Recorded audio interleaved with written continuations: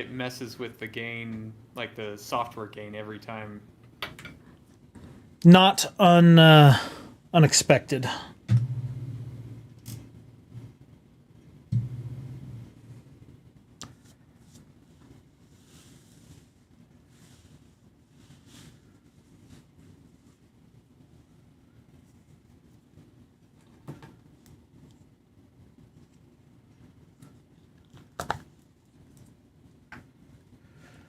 Okay, where is that? There it is.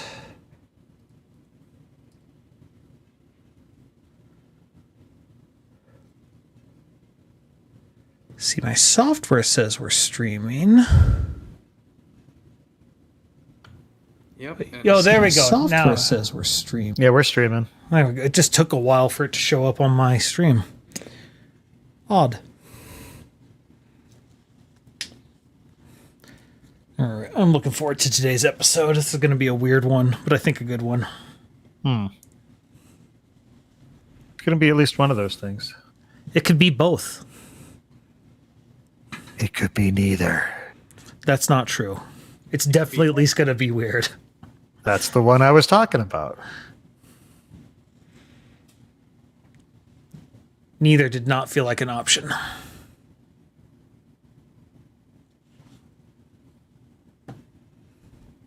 There are so many Pokemon I feel like should be fishable, but are not. Like Squirtle. Fair point. Well, I don't know. I feel like a squirrel would pop out watering a tree. I mean, you can catch turtles in Animal Crossing. See? But by fishing? Think so. Squirrels are attracted to at least. Yeah, nitrogen. but Animal Crossing, you're allowed Nope. to fish out a whale shark by fishing. Did I say squirrels or did I meant to say turtles? You said said turtles. Okay, Yeah, that's but- what I thought. But Squirtle, it's a squirrel turtle. It's a squirting turtle. And it has a squirrel tail. He's right. I guess kind of. I'm fairly certain that's intentional. I'd have to look that up. It's just it'd be weird because they don't continue that and the rest of the way. Well, no, because like war turtle doesn't rhyme with squirrel in any way. That's my point. It's just like it'd be weird for them to start with a fusion thing and then just abandon it. Well, They have squirrel- Pokemon evolve and become different Pokemon, like different animals. Meryl is the water mouse Pokemon, and then it evolves to Azumarill, which is the water rabbit Pokemon. It is no longer a mouse. And I don't think It's like you don't understand evolution at all, Splice. And I don't think a Raichu is a Pika anymore either. No, it's a chew. It's Chew. You're Chew- still Chew pretty is quiet, mouse. Lunsard. Hence bomb chews.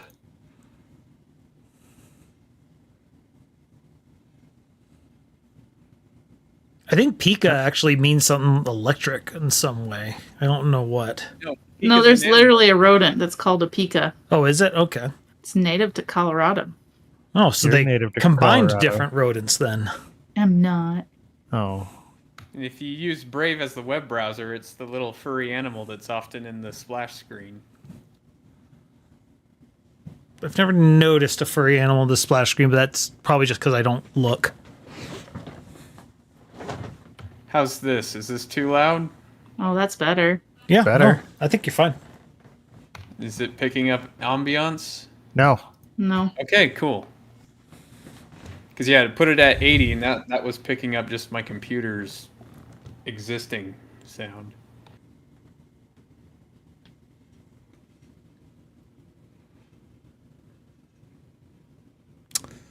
All right. Well, I am ready to go. Are you all ready to go?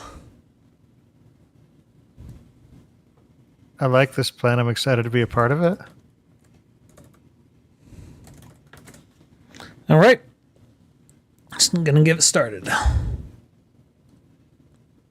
When I was a kid, I was fascinated with my mother taking me well, herself to get her hair done because her hairstylist had 3 arcade games there. One was Galaga, pretty standard. The other, Miss Pac-Man, but the third was the one I was most intrigued by. They had an original Punch-Out arcade machine, which was my first dual screen experience. For those who don't know, the original Punch-Out had 2 screens, one on top that would display the fighter information and one on bottom that would have the actual fight. The whole reason for this was actually because Nintendo apparently had somehow ordered way too many televisions, and so they asked, and I think it was Gunpei Yokoi, I can't remember if it was him, but they asked someone, hey, can you design an arcade machine that uses 2 TVs because we need to. And so they came up with the original Punch-Out for the arcade. And I don't know, I'd never seen anything like it, and I found it absolutely fascinating. This is episode 24 of I Think We Overleveled, where we're going to be talking about dual screen gaming, and particularly some rumors about the Switch 2. How is everyone? Doing all right. Good. All right. So what was your guys' first dual screen game that you can think of? Oh gosh. First off, I had no idea there was an arcade with 2 screens. That's news to me. I had heard about the Punch-Out 2-screen arcade, but I hadn't actually I've never seen one in the wild. That's pretty cool. Oh yeah, I got to play remember with seeing one. that. I remember seeing this one because I remember that wireframe. Yeah, That's really cool. I've never seen it since. I don't know how this hair salon got a hold of one, but from what I can tell, they're pretty pricey nowadays because they're quite the collector's item. So I don't know how they did it, but they had one. I remember seeing them. I saw them in a few arcades when I was a kid, like Chuck E. Cheese Showbiz Pizza at the time, but and like there was another local arcade. I remember seeing them in a few places. I think there was a Pizza Hut. Like these sorts of arcade machines showed up in pizza joints all over in the 80s. Man, this is... Sorry, I was just fascinated by Bald Bull charging. Yeah, I don't know. I only saw them in hair salons. That's all I have. So what was your first game then? Honestly, for me, I think the DS probably was my first true dual screen. Did you none of the GameCube games with the attachment? Oh, no, you're right. Like Crystal I did have Chronicle, some you of those. mean, or Yeah, Crystal Chronicle or Four Swords Adventure. I actually think I didn't get a chance to actually get that to work until around the same time I was able to play on Lizzie's DS, because that was actually the first time I ever played on a dual screen or the GameCube using the GBA attachment. Was Lizzie's both times actually. So I mean, if we're talking like that style, I think probably Tetris on the Game Boy. Wait, how is that using dual the screen? link cable? With the link cable, I mean, it's like, That's a 2-player experience. I'm talking about where it's a 1-player Right. experience and you have 2 screens. right. Well, I guess Four Swords isn't, but you're still using 2 screens the way I'm talking about. Where you as an individual are using 2 screens. Yes. Right. Yeah, I'd probably have to say Punch Out then.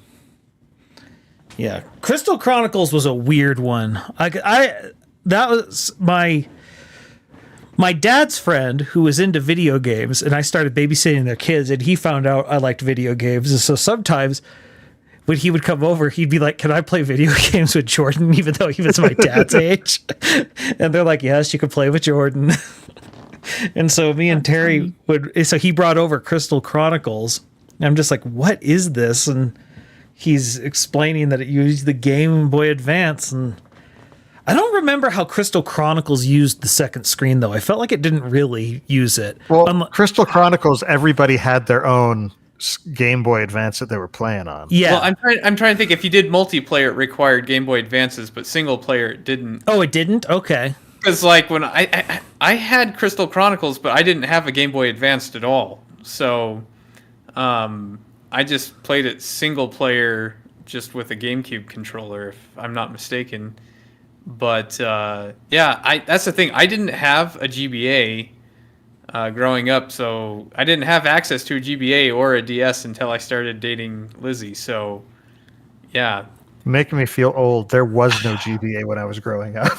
So I honestly think that I don't know. I guess my first experience was probably, what was it? Was it Phoenix Wright, or was it Trauma Center, or was it actually Rune Factory? That's what I'm trying to remember. Was Rune Factory the first time I let you borrow my DS, or did you play prior to that? I can't remember. But those 3 games, it's got to be one of those. It's got to be one of those. Yeah. Man. Yeah, no, the first one to use it in a way I thought was kind of clever was Four Swords Adventure, because normally your screen would just control whatever your inventory was, but if you fell down a hole, you'd have to look down at your personal screen. Or if you just went into a building or a cave, right? I think Yeah. so. Yeah, but it's just like if you went into a different area than your teammates, it would switch down into your screen. And so I thought it was a clever way to avoid a common problem of those style of games where everyone has to be on the same page. And I don't know. There's also just something satisfying about you fall down a hole and you have to look down at your own personal screen. Dude, never split the party. I mean, that's the whole point of looking down, though, is you're trying to get back up. Right. And so, I don't know. I thought it was a kind of clever use of it. It's interesting because the whole point of the second screen in that, because there's 2 ways you can do it. You can either do it where there's 2 screens because one screen is for you and then there's a shared screen between everyone else, or there's the DS and 3DS version where it's, a single player game, but you have 2 screens to work with. And so one allows for asymmetrical gameplay. And I don't know, I just think that's asymmetrical gameplay has always interested me with consoles in particular. Because normally that's something for like tabletop or board games.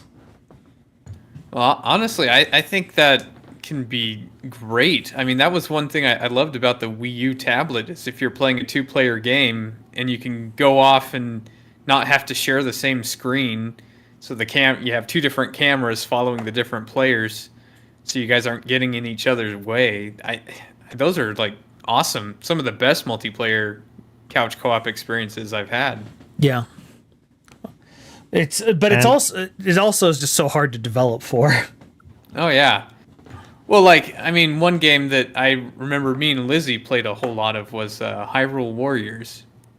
Because that one, we'd play 2-player, where one person has the tablet. And so, one person had the TV, the other person had the tablet, and you could just go off and play.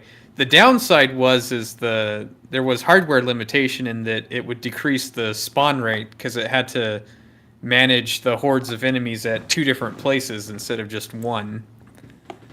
Yeah, that's a big problem with the Wii U, is just it was not powerful enough to do some of the stuff it wanted to. Yeah, but it still was an incredible experience, even if it was noticeably different just from the technical side. Yes, definitely.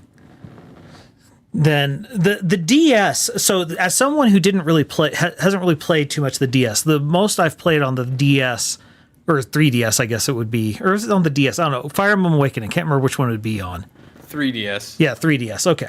And, it's nice to not have, the entire screen that you're, positioning everyone on get taken over by, all your commands and inventory and stuff like that. Oh, yeah. I mean, that was one of the nice things, if I'm remembering right, about, oh gosh, what's it called? Phantom Hourglass? Because your inventory was at the bottom, so you could kind of switch inventory on the fly. Yeah, it made item switching so much easier Where when you it's just a quick tap. You just tap, oh, I want to use this item now, rather than pause, go over, pick the item, unpause.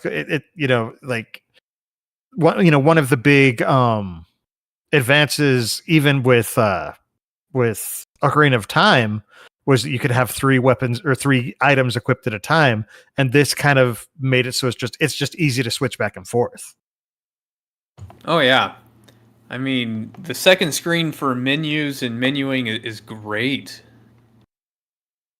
because it can leave like kind of like the gameplay world completely unimpeded, uninhibited, and so like that one screen, in the case of DS, usually the top screen is completely immersive to the game, when it never gets interrupted because everything else that's more user interface is down below. And I think that's a great way to do it. Well, especially with the fact that, at least how Nintendo's done it, that second screen tends to have touch functionality.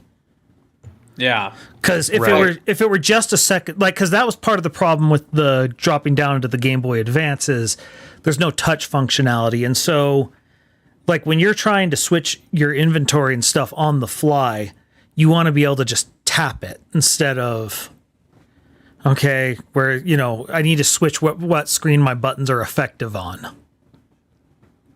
Well, like, if I remember correctly, Chrono Trigger on the DS also just took away all the menus and just stuck them on that second screen on the touch screen. So you always had your characters visible on the screen. And I think, like, on the Super Nintendo, normally you'd hit the, menu button and it'd bring it, take over the entire screen and have the menu. But I think on the DS version, that was all just on the second screen, so it never actually, took the sprites in the world off of that top screen. I could be wrong, but It's been a long time since I played that. yeah, I'd have to double check, but I do know at least during the battles, all the menuing for the battles is on the lower screen while the battle's going on up top. Which is, I don't know, it's just a really nice feature.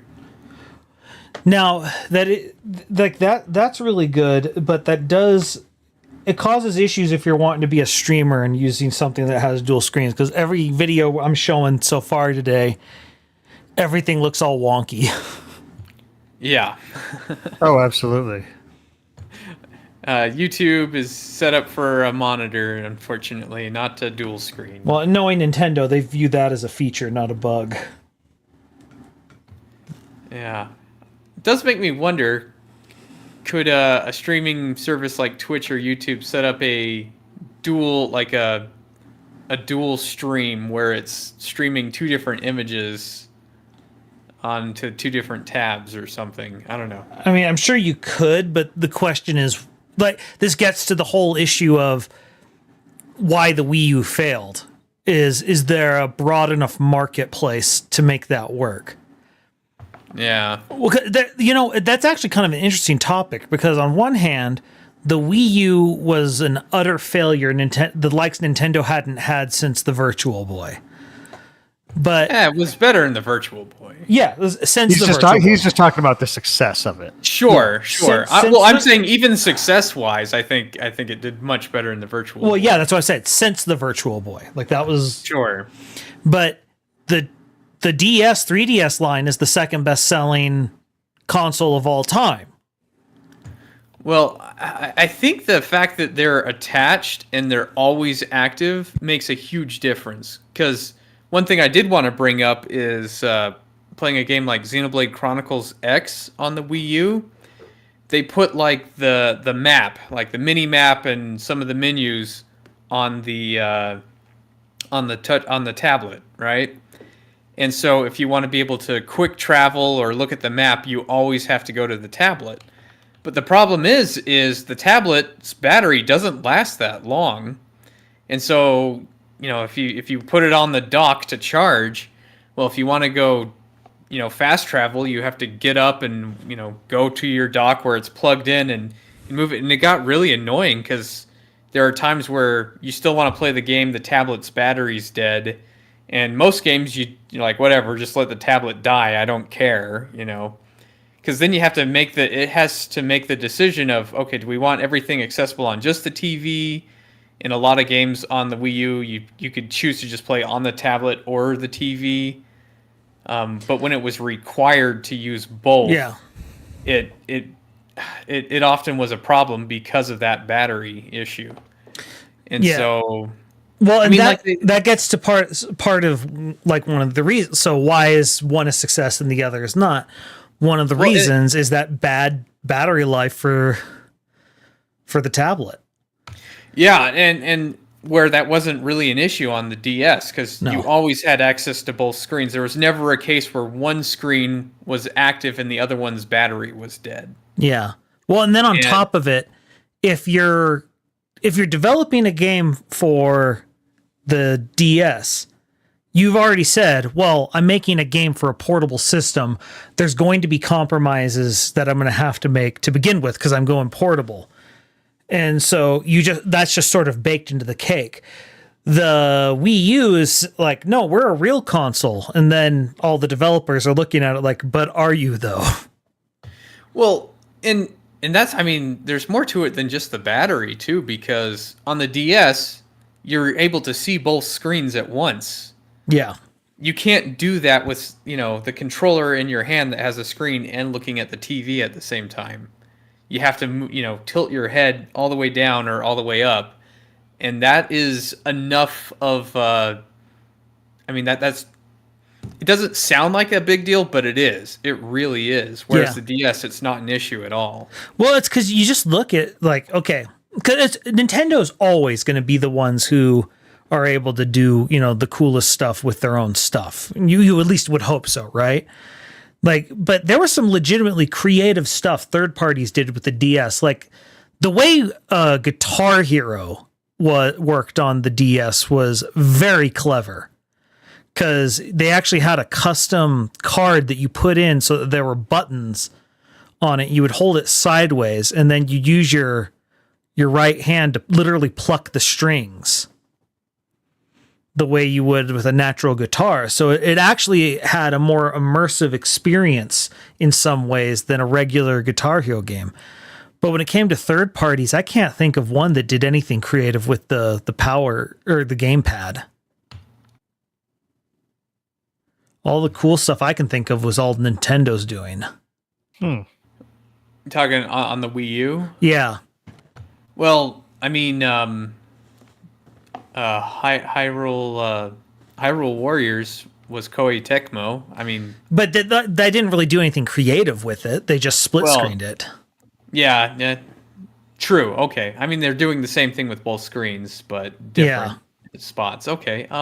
Yeah, I was just trying, like, because the whole point of using technology like that is to, like, lend yourself to a style of gameplay you can't get normally. Like, you know what? As a dumb example, but I think is really good. Pokemon Pinball does a great use of the dual screens because having a long screen because of the two screens stacked on top of each other actually is perfect for a pinball simulation game. Yeah. Was there one on the DS? There was. I'm pretty sure. At least I've seen. I swear I've seen it. I know of the one on the Game Boy and the Game Boy Advanced. I don't know about the one on the DS. Pokemon Pinball. Because if there's a DS version, she's gonna require I want that. it. It will become a need and not a want. Oh, maybe that was just someone using a Game Boy. Oh, okay. So that's just. It looks like someone who was using the Game Boy Advance version on the DS. And it stretches it for both screens? I swear I've seen it. Maybe this is Mandela effect. I swear I've seen it. Something Did you just similar. make that up? There was a similar, not pinball, but effect. No, I remember okay. I think I might be thinking Metroid Pinball. Okay. That makes Well, more sense. Still pinball. Because that does exist on the DS. Yeah, okay. That's what I think I was doing. I think I just said the wrong game. It's weird that there are at least 3 different versions of Nintendo characters in pinball games. I mean, four if you include pinball. I was going to say Mario's in the original game, Pinball. Yeah, but he literally turns into a ball in the DS version. But that's the thing. You're right. On the Wii U, I can't think of any non-Nintendo game that used that very cleverly. But on the DS, I could think of third-party titles that used the DS's technology to its fullest. And part of that might also be, if you were going to do portable, it's like, yeah, you could go with the Vita and stuff, but the Nintendo just has owned the portable market so completely my entire life, it feels like. Well, that and honestly, I think the fact that it comes with a stylus a stylus makes the precision of the touchscreen so much far superior And a lot less than like screen a smears. phone or than like a smartphone or the Vita that has touchscreens as well. But using your fingers, it's just too big of an input on a screen. The stylus just solves so many problems. And so I think when it comes to a touchscreen game, I'd only want to play on the DS and not the others. Yeah, and so I think part of it is on some level the third parties. If you wanted to be in the portable market, you had to play ball with these two screens, and so it's sort of necessity's the mother of invention type of thing. Whereas the Wii U, there's other consoles you can go to, and ones that are far less difficult to work with. Because that's part of the other problem of the Wii U was you had to deal with the gamepad. It wasn't optional. It's not even just that it's more difficult to work with. If you were developing a game for, say, the DS, you're developing a game for only the DS. And you're basically immediately limiting either A, limiting your audience, or B, exponentially increasing your workload. Yeah. Because you're either developing a game for a specific console, or you're doing a lot more work to make a port. I mean, that's also part of the reason why the Vita failed, because if they were going to develop a game for the Vita, they always said, well, why not release it on the PS3 or the PS4 at the same time? Because it's so similar.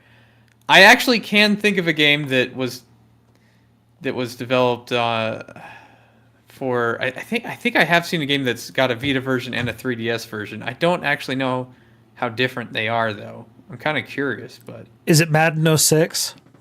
No, well, probably that too. But I think there's some RPGs, and I wonder if they just split where the menus are. That's probably what they did. But like, 'cause that's part of the thing is you can just do something pretty boring with it with the two screens, and if the game is good enough, I don't really mind. It's I never sat there and said, "Oh, Smash 4 doesn't really use the gamepad very well." So I'm playing Smash Brothers. I don't care about the gamepad. yeah, it's just a second screen. It was kind of nice for the nice. stage design, but beyond that, it's just it's whatever. But I think that's part of the problem is the Wii U required you to like do stuff with the gamepad. Though one thing I mean, it didn't necessarily require you, because I knew plenty of games. It was just a second screen, and well, what I mean is it required. Like, I mean, a mirror of the screen. You know what I mean? It forced you to turn it on, and there were weird things. I remember, especially in things like settings, there were certain weird, inconsistent settings where it's like you could do this on the screen, but other times you needed to do that on the gamepad. Well, yeah, there were some times where it let you use that. I mean, this is one thing that really bugged me, like with Xenoblade Chronicles X. Technically, it would let you use just the gamepad and not the TV, but they wouldn't let you use just the TV and not the gamepad. I don't know why. Yeah. It was dumb. There are some games that let you just use the TV, though. And there are times where it's like the gamepad dies, and it's like, don't plug it in so it doesn't try and turn back on. Just, well, as soon as you're done playing, then we'll plug it in, sort of thing. Which is a problem. Oh, yeah. Or sometimes I purposely, like, take the tablet to, like, a completely different room outside of its range to turn on the Wii U so the tablet wouldn't turn on, because I didn't want to waste the battery unnecessarily. If they had let you turn off the gamepad and keep the Wii U on as like a simple option, I think a lot of people, it could have been a lot better if they had done that, honestly. Well, and it might have also saved on resources. Well, and it saved on some resources. That's also part of the reason why, like, the battery would go out on the pad. Like, I've had to replace the battery multiple times on the pad just because, well, one, the kids weren't very good about What? Children not good about power management? yeah, about, making sure that it doesn't stay on the charger too long or let it get to a certain point before charging it. Not overcycling the battery, but even then it's like even when I didn't want to use the gamepad, it would still force it to turn on when I wish it didn't, because it's like Yeah. I'd rather just not cycle the battery when I'm not planning to use it. So,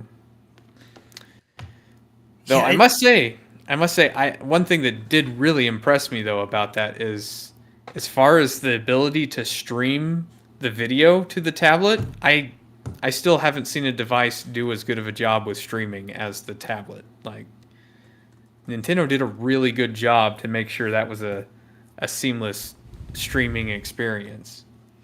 Yeah, no, they did a good job with it. It was just part of the problem is just so ununiform and so inconsistent. And the other issue was if the game did require the gamepad, that would get like you said, the gamepad would start to run a little hot, and it being so close to your nethers was not ideal. But was ideal was how mostly it was used in Nintendo Land. Sweet Days in particular. Oh gosh, you in this game. This game is hilarious. And maybe it's only because of the people we played with, but I don't know. It's the fuzz. It's Yes. So for those who don't know, this is the Nintendo Land Animal Crossing game, and I think of all the games that I think this used the asymmetrical gameplay the best.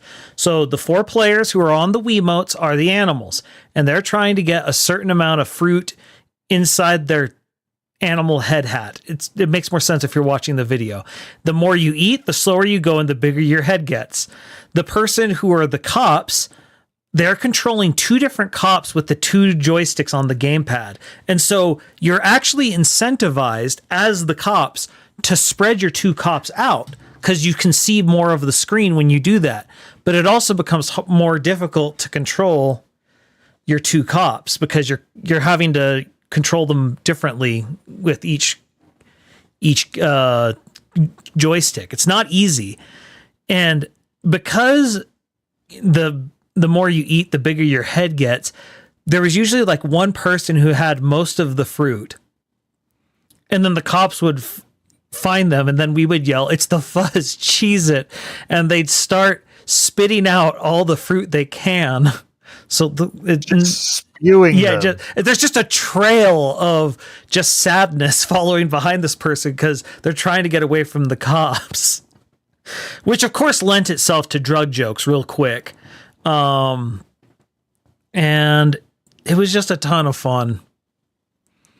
Well, and Mario Party 10 did a similar thing where you could play as Bowser and have the tablet. And so the other players are the players on the board, and you're Bowser chasing behind them in all the mini games. It's Bowser versus them, and Bowser has his own screen of the tablet. Weren't there a small number of those games though? Of which games? Of the Bowser like the mini games that are met Bowser. Yeah, there certainly was a reduced number. Yeah, because I just remember people complaining. It's like, I mean, I like the idea of this mode, but there's just not enough variety for it to work. Sure. Yeah. But that's the problem with when you come up with something like that. Like that feature, it's a great feature. It kind of only works for couch co-op. Although, I think it could work in an online, world. I mean, we have, asymmetrical games like Dead by Daylight that work almost exclusively on PC. And so you could do it, but just where things play so differently, it's better couch co-op anyway. Oh, now that you bring that up, that could be amazing for a game like Natural Selection 2 or Natural Selection. You're familiar with that one? Yeah, because there's the director, or whatever it's called. Yeah, because then the director could still have one screen that's first person while it has a command screen on the other screen. That could be really cool, actually. Yeah, but it's just It'd also be really hard. Yeah. But this gets into asymmetrical gameplay is really hard to design around. Oh yeah, especially in a multiplayer setting. And so, but it's so much fun when you can get it to work. And that's it's the risk reward of it all. That's the issue. It's hard to really figure it out, because like Nintendo Land is the one that my parents came. They were all up here around Christmas time, and so I invited my family over, and we played Nintendo Land, and we mostly just played Mario Hide and Seek. The other games were a little too complicated for my parents who don't really play video games outside of Tetris and Dr. Mario, but just simple hide and seek, where one person is Mario and they get to see where everyone is, and then the Toads are the ones trying to find. That worked out, and it led to some of the funniest moments. Like, I'll never forget, I was playing as Mario and I was just holding still because they were all moving, so it was causing them issues figuring it out, but mostly because my dad got completely turned around, but he also has the confidence of a shot caller. So he's like, no, he's got to be in green. He's got to be in green. Meanwhile, I'm just standing still in red. And I don't know. It was hilarious to watch them run around. And then when they finally figure out where I am, just the mad scramble of trying to avoid 4 people at the same time. Meanwhile, they're all screaming at each other, no, go that way, because they're trying to corral a person. So they're trying to communicate to make sure it actually works. See, my favorite game on that was the Ghost Hunt one. That one's pretty good too. That one was, it implemented it excellent, because you have the one player who has who's holding the gamepad, and they're controlling a ghost and trying to catch everybody. Everybody else is basically only armed with flashlights. And as you get close to them, their controllers start to vibrate. And so they would freak out as you get close. And like, the thing that was great is you didn't have to be on the same side of a wall as them. So you could like sneak up close to them and their controller would start shaking. And so you know exactly what's going on. You move up to one of your friends and hear them scream from across the room. It's great. That's why I love that, like I love the experimentation of it. 'Cause part of the problem with gaming is it does start to get a little samey. I really like the Switch, but the problem is with things like the Stream Deck now, it's starting to get samey. And so I'm really wondering what Nintendo's going to do for the next system, because if all they do is iterate on the Switch, which is, if I'm honest, it's what I kind of want them to do. They they're going to start getting out competed by other companies, and so they have to come up with some wrinkle that only Nintendo can. But I thought Genesis does what Nintendo don't. Yeah, like go out of business. Anyway, they're not out of business. They're just nothing. No, they still make great games. They still make great games. And they even make a good Sonic game on occasion, and I have no way of telling which one's going to be a good one and which one won't. Yeah, you don't know which occasion. Yeah, it is kind of sad when I say they make great games. I'm usually not talking about Sonic. They're so inconsistent with Sonic, but that's not the topic. The topic, so that's fine. There's a rumor right now that's going around. I was watching this via SpawnWave. I forget the name of the site. There's a site of people who they pay very close attention to basically shipping manifests, and they pay attention to how many of certain things are being ordered by what company and where they're shipping them to. And I like, if you want, go to SpawnWave Media. He has I think it was a couple days ago. But basically the rumor is that they're getting real beefy with the dock on the Switch 2, which would indicate they might be trying to do something similar to the Wii U, but maybe like an evolution of it. The theory I've seen people put out there, and I think this is a very interesting one, is the dock itself, like the dock is going to be more akin to an actual console, and you might be able to use the portable part, the Switch, like a gamepad, and it might even be like you could use a Switch itself, like as sort of a gamepad. And so, if you plug it in, just fully dock it, it's just a pure screen situation. But the two of them, because they're plugged in together, would actually be able to utilize each other's power for more powerful gameplay. But if you want to do asymmetrical gameplay, you then undock it and you still have access to the two screens. But you would then, the second the second screen would have really good battery life, because the Switch's battery life is really good. Huh. Which to me sounds like this is the sort of the best of both worlds, where they're actually trying to figure out how to use the Wii U style, but give it the flexibility it needs to actually compete as a console. Which then would also make it so Nintendo still gets to do its traditional, hey, there's games that are happening over here that you cannot get anywhere else. Plus then we might actually get like a re-release of Nintendo Land and Sweet Days Can Live Again. Yeah, you'll be playing the Donkey Kong. I mean, if you think of it, it'd be way better than play with the stupid gamepad. Something is so clunky.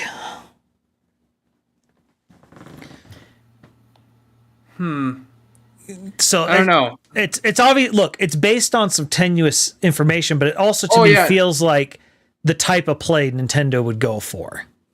Sure. Yeah. I mean, this is just the first time I'm hearing the concept of thinking that there's going to be processors on both and they combine when they're docked. Someone who actually as a hardware engineer.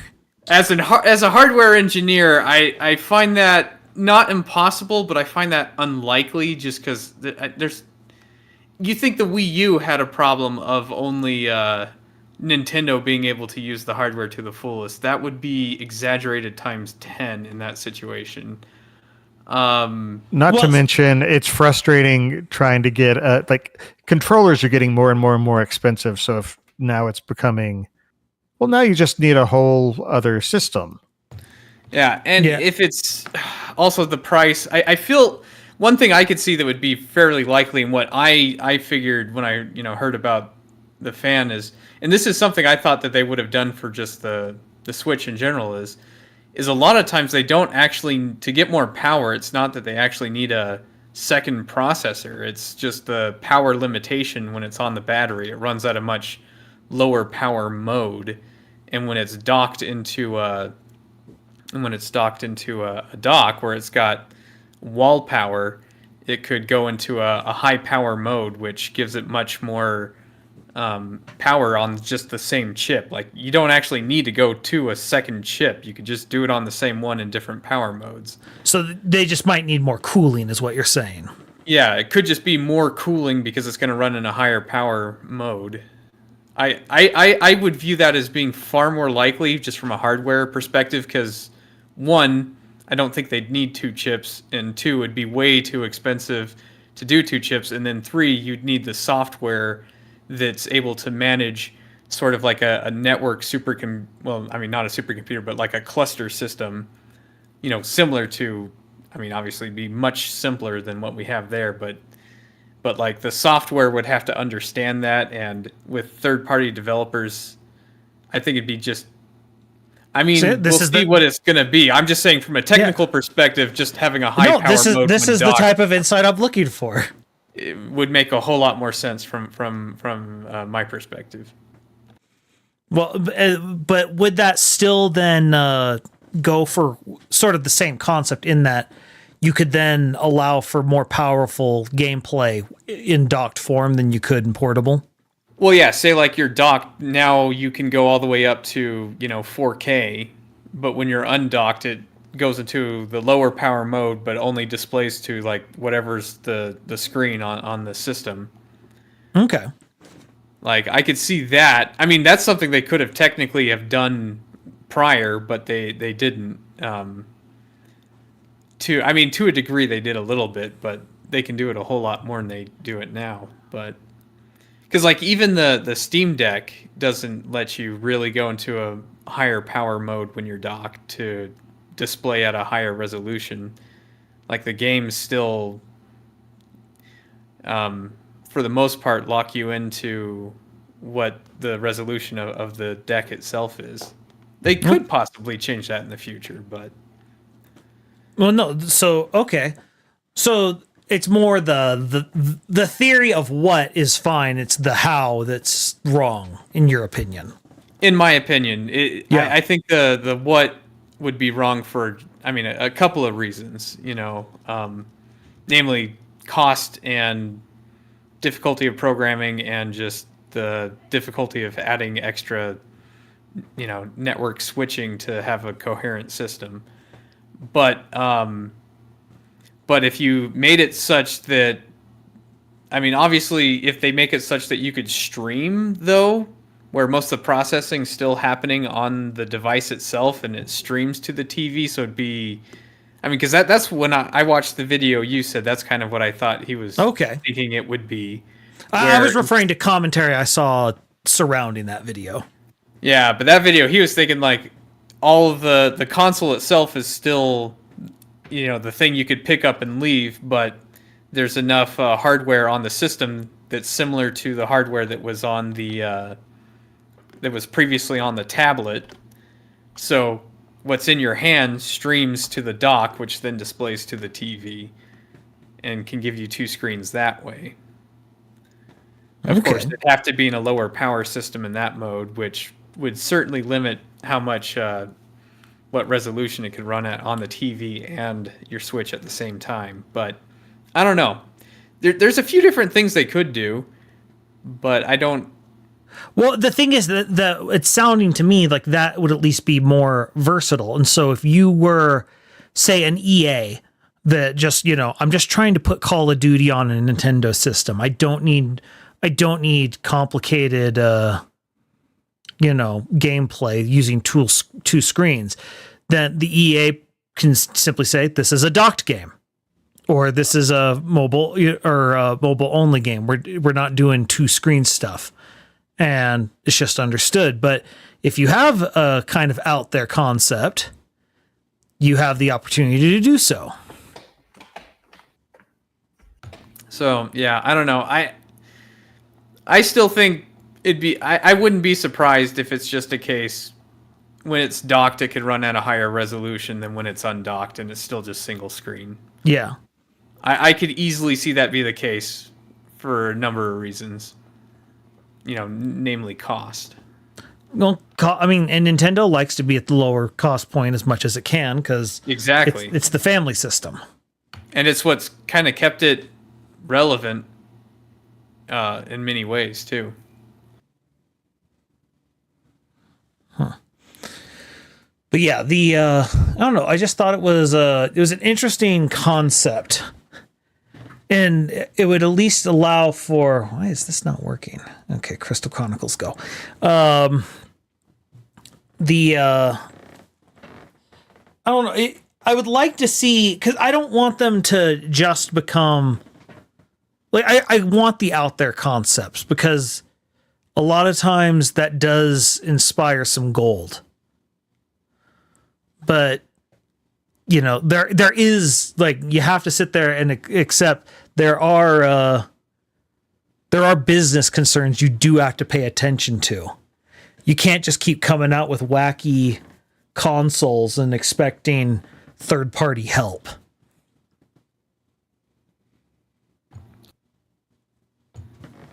Because as much as I would like, Nintendo to survive on sales of their stuff alone, that's kind of a pipe dream. Yeah. You need some support. Now, I do hope that it remains backwards compatible, Yeah. For me, that's a must. Like, if you can't play Switch games on it, that's a big swing and a miss. Yeah, I mean, especially because they're basically flash cards. I mean, SD RAM cards that the games are on. I don't Yeah, it's not unless that they need to complicated. unless they need to make them bigger with more pins. But I mean, I don't know. I would hope they could just keep what they got now for the cartridge. Though that would be the first time that the cartridge doesn't change between systems. Well, I guess the 3DS kept mostly the same cartridge. They just Yeah. added that little tab to differentiate, which they'd probably do again. Well, yeah, because you want to at least you need to do something so that people who only own a Switch don't buy the wrong game. Yeah. My parents did that with the Wii U. Well, actually, no, it was my aunt's friend bought her a game for her Wii, but it was a Wii U game. See, this is part of the problem of the stupid Wii U title. Sorry, don't need to go off on that tangent, but Well, if we're going to do a quick Wii U tangent, I have to say the Wii U has the best discs. Don't you think? Ooh, I love the rounded edges of Oh the my disc. God. Oh, the Gosh. rounded edges are nice. That's true. Oh, it feels so much nicer than every other system disc. It's like mental note: need to have an episode on. I guess it would be on cartridges or. Well, Well, physical games themselves. I mean, goodness, the Wii U's rounded discs. The only other one that I love. PlayStation's black. Oh, the PlayStation's black disc. Oh my gosh. Yeah, Oh. but the thing is, a lot of the love those. PlayStation discs, like starting in with the third one, start going into those rounded edges too, if I remember right. Yeah, when it's like the Blu-ray. Yeah, once it hits Blu-ray, they all start kind of going that direction. Yeah, But I don't do even remember think- it being particularly satisfying on the Wii U for whatever reason. Well, even the PS3 and the PS4s and PS5 discs, they're not as satisfyingly rounded on the edges to that degree. Nintendo did something unique. It's distinct. I don't know that I agree. I might have to go double check, man, because I easily could. I mean, that's fine. I don't know that I agree with the degree of satisfaction. Okay. Well, I can't get no this satisfaction. This isn't a matter of saying you're wrong. I'm just saying I don't know that I agree. You think the others are also equally satisfyingly rounded? But I think it is distinctly different in its rounding. I did say that. Okay. This is a very odd topic. I'm not calling you out or anything here. I'm just saying I have a different opinion. Okay. Okay, I want At first, I misunderstood it. I thought you were saying that the PS3s was This is rounded really a way. useful conversation. Yeah, no. I think this. No, I think this is actually. This would be a good episode to have in the future. I mean, I could see Scott the Woz making an episode. No, he on already it. has, and it's like 2 hours long. But Yeah. no, no. So anyway, another thing I wanted to discuss was games that started on single screens, and then how they made the move to dual screen and how it changed things. So that one, I have a big one. Okay, And I've already mentioned it because Phantom Hourglass, I felt like it did some very, very interesting things. There were some cool things. There with were some people. nice little gimmicks in there. Now, it wasn't entirely I didn't play it. So dual-screen like what? It wasn't entirely dual screen based, but a lot of it used the entire DS in multiple ways. So like the dual screen, one of the coolest is at one point you're supposed to make a rubbing, I believe, or a copy of a map. And so what you do Yeah. is it tells you need to fold the paper down and create the image. And so you actually close the screen and then you open it up. And because it has a sensor to know when to put the game to sleep, it knows that you've closed the 3DS or the DS. And then you open it up and it's like, hey, look, your image transferred. Yeah, that is such a cool little And puzzle they had.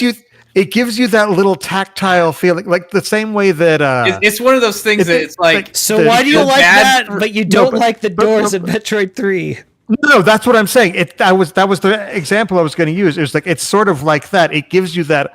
Oh, okay, I get this. It makes it just a tiny bit more immersive, and it's one of those small things do a lot. I do like the doors in Metroid Prime 3.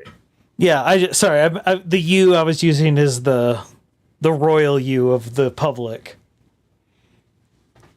But Though I will admit that the puzzle that's one that I do feel kind of bad because like it's such a well-known thing about Phantom Hourglass, and once someone tells it to you, it's hard to forget. So when that puzzle comes up, you just immediately know what to do, like you I read it in the spoiled guide. it for Loonsar. Yeah, it's one of those things that's been It was spoiled for me to too.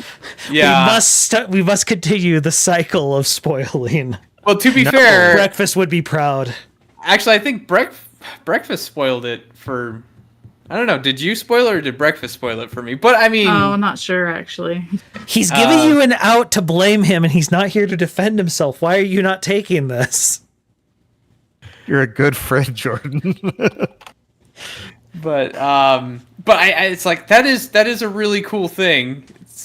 Yeah, but like for a lot of people that first played it, they're like they got stuck at that point. I could see some person getting annoyed at that fact because they couldn't figure out what am I supposed to do. Well, Yeah. and I imagine like our kids trying to play it later and having a 2DS, it doesn't quite feel the same because it's just flipping a switch rather than closing the DS. Yeah. That is a problem. But I mean, it came out before the 2DS existed, and so it's not really a consideration at the time. Yeah. Well, but it's very similar to the thing we talked about with my friend who was playing Twin Snakes, and they tell him, isn't the number on the package? And he starts searching all throughout the game, trying to find a package that would have a number on it. And after about an hour, he's ready to punch a hole in the wall, which would be a problem because we're living in dorms. And I'm like, do you mind if I just look it up? And he said, okay. And I looked it up. And when I found the answer online of you have to look on the physical game package. Well, could you imagine if you got that game used? Yes, exactly. The disc, If you just get the game, the disc. Oof. In this age, you can look it up online though. So Yes. Well, but also in this age, you couldn't do something like that because there's going to be minimum 50% of your player base that just digital only. Yeah, just digital only. That's true. And so it's one of those. It's something. It's something to consider with the whole thing of, like, some of these things are really cool, but then you're like, okay, but what about like the one we've brought this one up before, the Star Tropics with the map or the secret code, and it's like, what if you're renting it? What if you just threw it away? Well, I that actually does remind me. There has been a time I've bought a Steam game that did want you to have something that came in the manual, and the first time you open Steam, it pops open a window that says, "Oh, you're going to need this code at some point." So it just has like a window for you to like minimize, so it's there. But then now it's like you've been just told outright before it even happens. Yeah, it's like, but you kind of okay. have no option. You're just sort of backed into a corner if you're the game dev. it's like accidental DRM. Yeah. Well, Although some of it was early. Some of DRM. it was, but in the early days, that's not really even something that they had to worry about.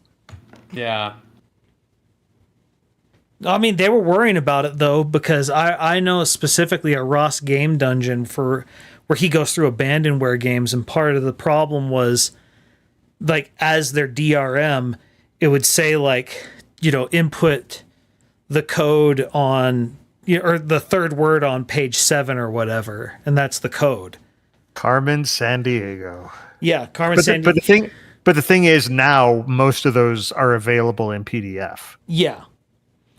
But it's something. It's an interesting problem. Phantom Hourglass. I want to talk about Pokemon and how, because at this point, Pokemon's been on dual screen systems far longer than it was on single screen systems. Because I think the first dual DS gen was Gen 4 or 5. I think 5. Yeah, I think 5 was black and white. Yeah, black and white. And, we're on... So it's at least been on that as much as single screens.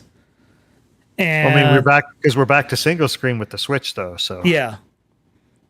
And so, but there have been a bunch of re-releases and stuff. But anyway, to the point, because I just remember Pokemon, Because I haven't played any of the dual screen ones, but the jump from single to dual would give you so many options on how to actually manage your Pokemon team and see what options you have, as opposed to, me playing on Gen 1 where it's like, okay, do I want to switch? Okay, let me back out.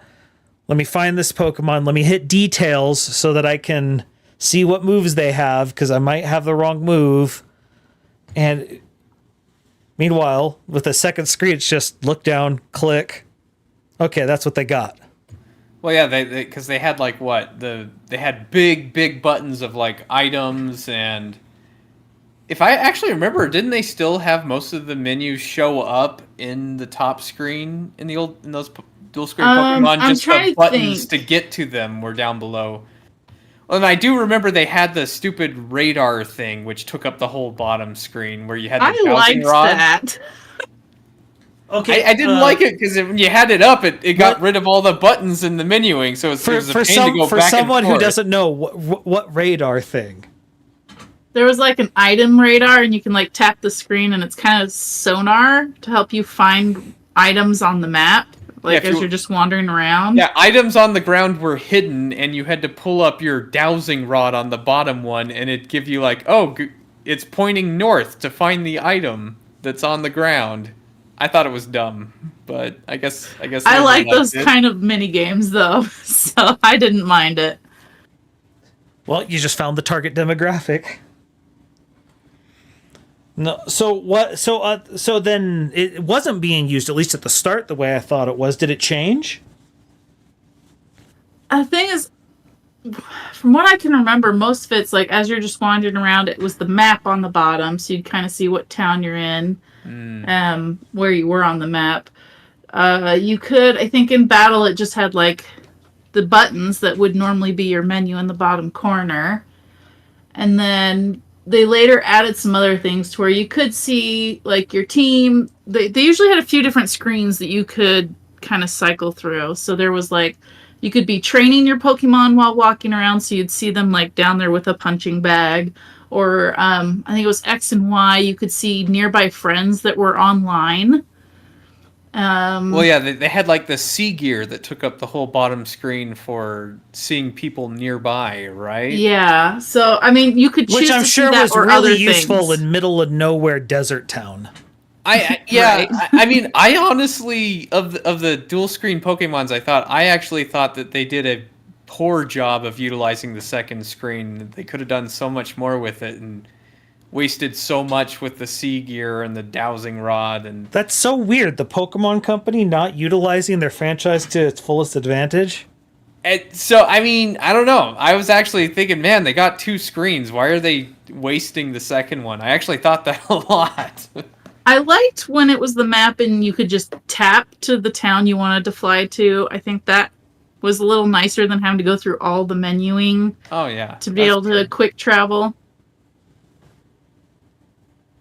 Which one had a map to quick travel though? Because I don't remember that. That's with what I'm ones I trying to played. remember. I just have these vague memories and they all kind of mash together. What? But Maybe- each game maybe- is so distinct, and they normally just iterate so much on each game. I'm trying to think. Is that after you pulled up a fly menu, or was it like Sun and Moon, which I didn't play? Maybe Sun and Moon did a better job of utilizing the second screen. So I'm trying to remember. Like I said, I'm trying to remember because, yeah, you didn't really play too many of those, I don't think. I mainly just played. What was it? The Soul Silver and Black. Which one was Soul Silver? It was the remake of Silver, also Gen 2, but on the DS. Gotcha. And it was probably one of the most beloved. It was great. Oh yeah, people loved that remake. I did. I enjoyed it a lot. Now, I've heard that Gen 5 is sort of like the most beloved one, and they still haven't done a remake of it. I have heard a lot of people really do. Which want one is a Gen 5? That's Black and White. Is that black and white or black and white 2? Black and White. I'm Well, fairly certain. both technically. Both are considered Gen 5. Oh, really?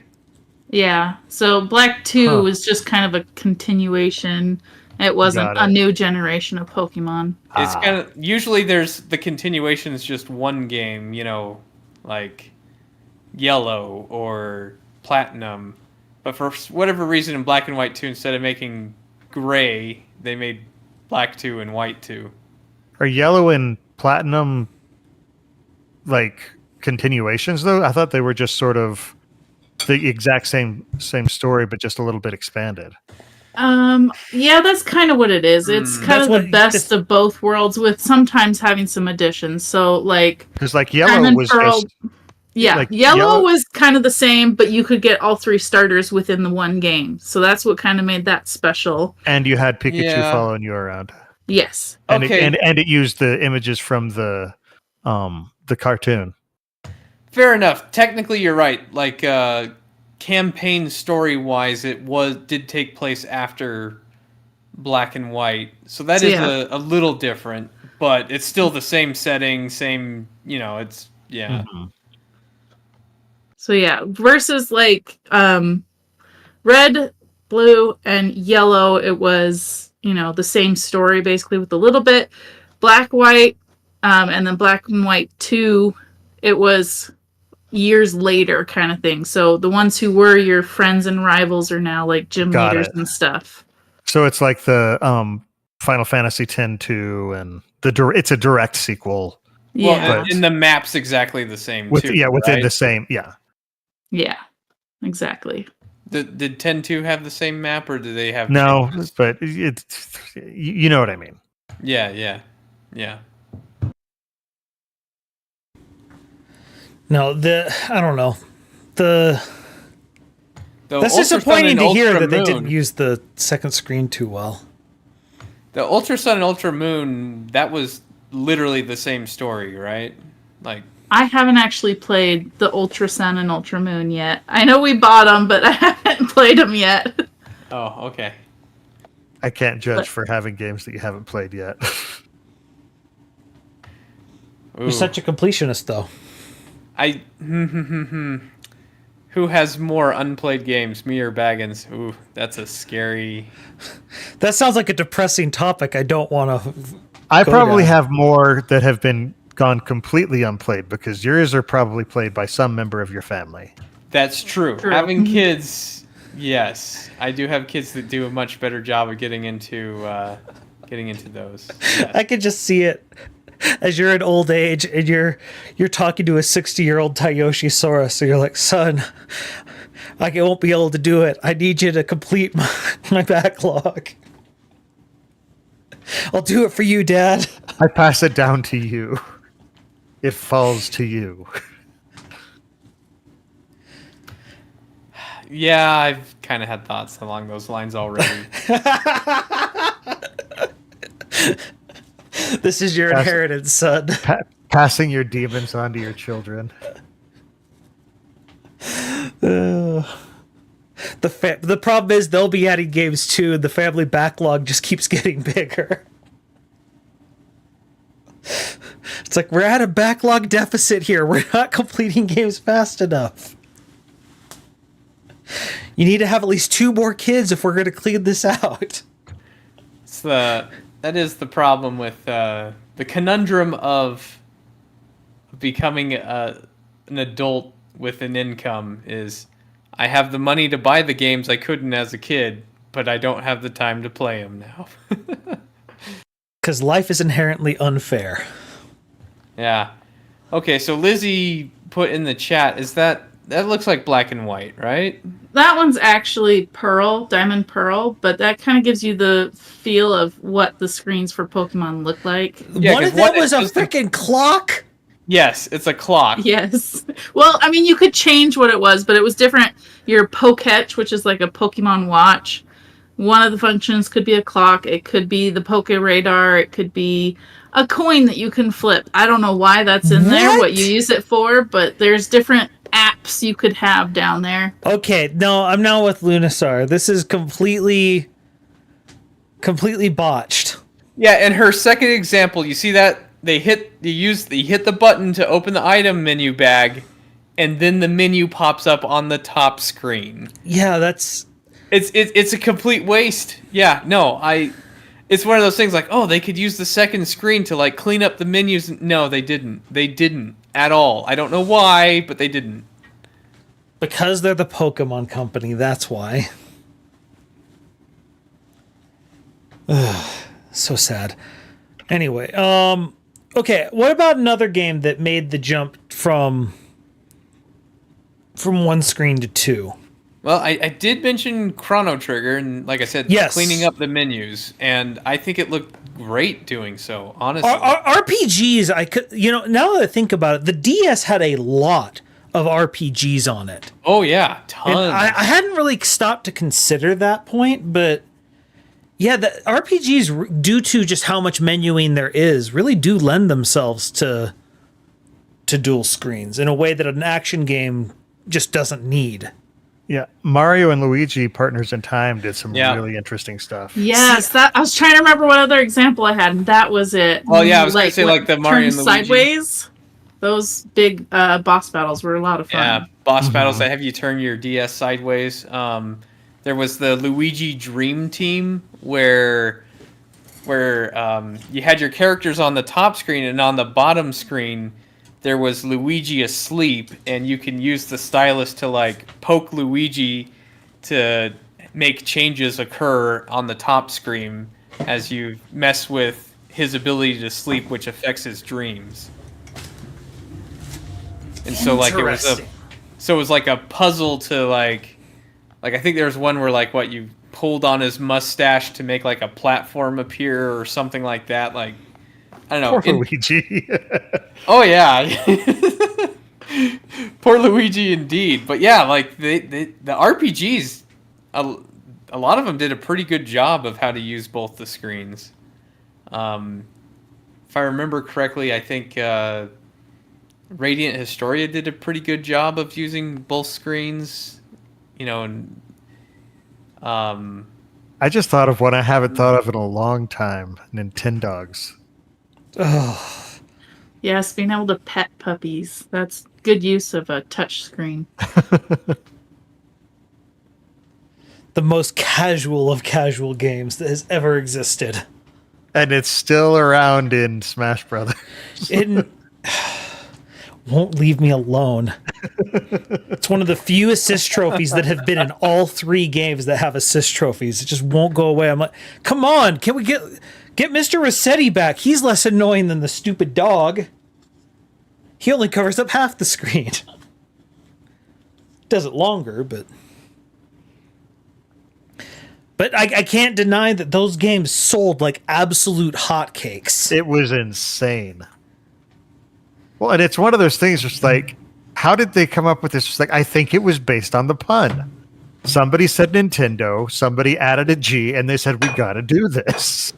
yeah, I wouldn't be surprised. If I remember correct, I swear this is like a video game historian video or something. It could be someone else, but if I remember correctly, they actually had the concept for it back for the GameCube, because they were experimenting with the idea of what Animal Crossing was doing with like the real-time clock. And at the time, the Tamagotchis were real big. Oh, yes, they were. And so they were thinking about it, but they were also like, I don't know if this really works. Like and that was they started thinking about it more as a way to use the DS. I think at that point, the Tamagotchis were starting to fall off, but it was just like, we can get this. Because this is like, let's do it, but bigger. It is a very Nintendo thing to say, what's the trend that's dying? We'll try and make it last longer. I mean, heck, the one thing you can say the Wii U did is it kept the Toys to Life business open through Amiibo. Yes, it did. Yeah, it did. Basically through the strength of one game.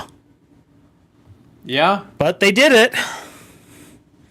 I'd say 2 games because Animal Crossing kind of played with it as well, although they moved from the toys into just cards.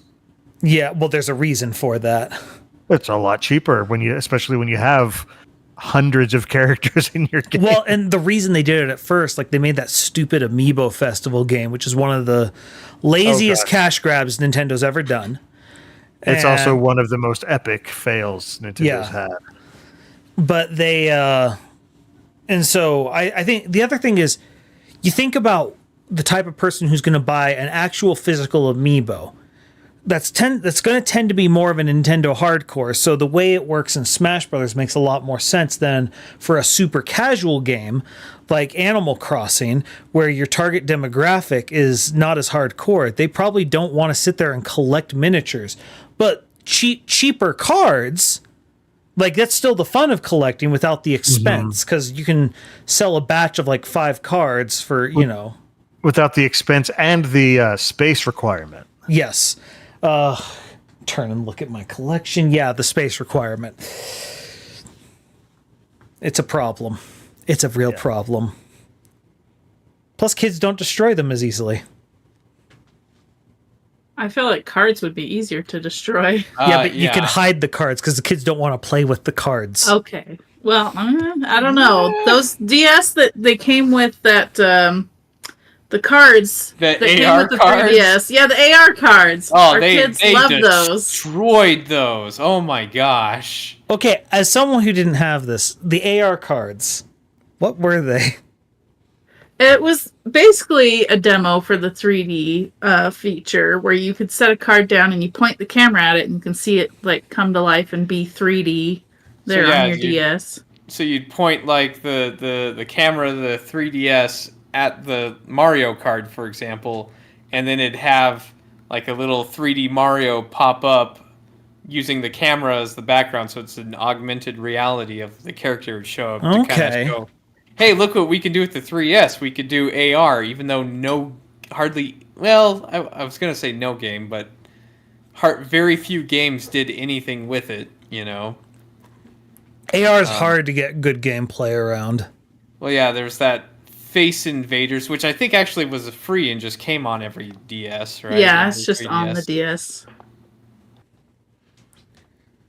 Like, augmented reality is a great concept, but actual uses for it is a little difficult. Yeah. Did they use the touch screen at all? The AR cards? No, Yeah. no, I don't think they did. I think it was just the camera. Yeah, I think it was more about the 3D feature.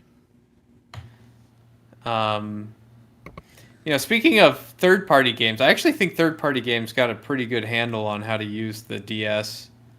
We For talked about example- Guitar Hero. What else? Well, I mean, Atlas's DS adventure, in which the main character was even named after it, but Dr. Derek Stiles DS. Well, okay, yeah, that game's awesome. Yeah, Trauma Center, which used the whole touchscreen mechanic to. It's like, well, okay, instead of making a Persona game, let's use this touchscreen. What can we do with it? It's like, well, I don't know, surgery, I guess, and it was great. I don't know. Surgery is not normally the progression of that sentence flow. I don't know how the Persona team came up with the idea, but I love them for it. As I think about it, because we were discussing earlier how the DS was a huge success, but the Wii U was a huge failure, even though they're both dual screen consoles. And it just occurred to me that a DS game, by the very nature of the cartridges for it, had to be a lot smaller and thus required smaller teams. And probably you could do a lot more experimental stuff for a smaller system like that. As opposed to the Wii U, you're going to have a bigger team, so it's a bigger risk. Yeah, I could. Yeah.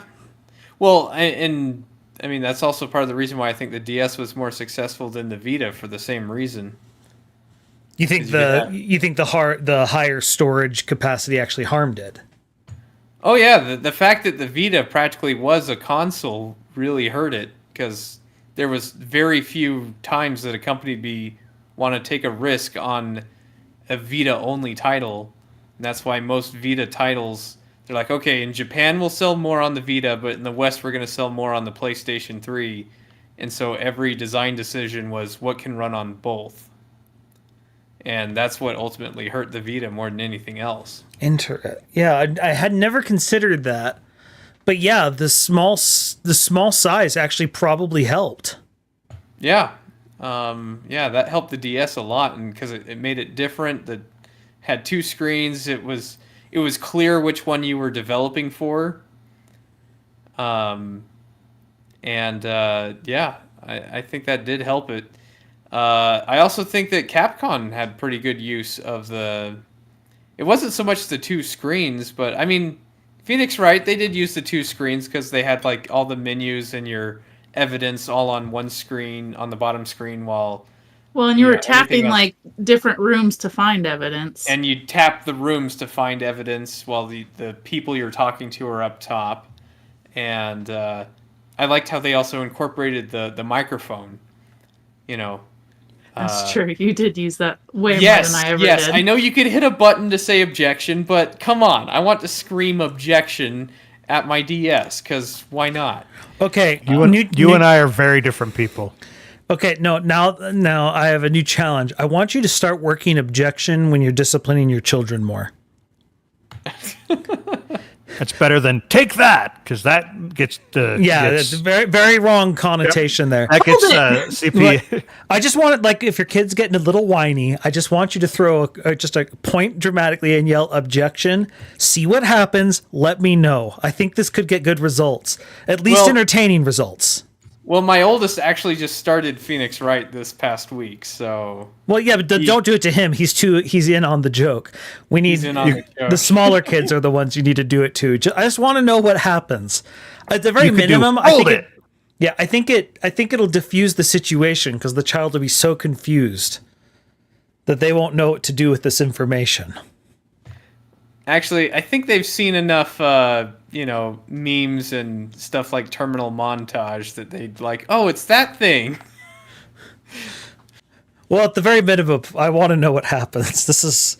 I don't have children to do social experiments on, so I'm going to need you to do this for me. Oh, goodness. Side note: Terminal Montage did come out with a new video today. Yep, Watched Banjo-Kazooie. Yeah, that's right.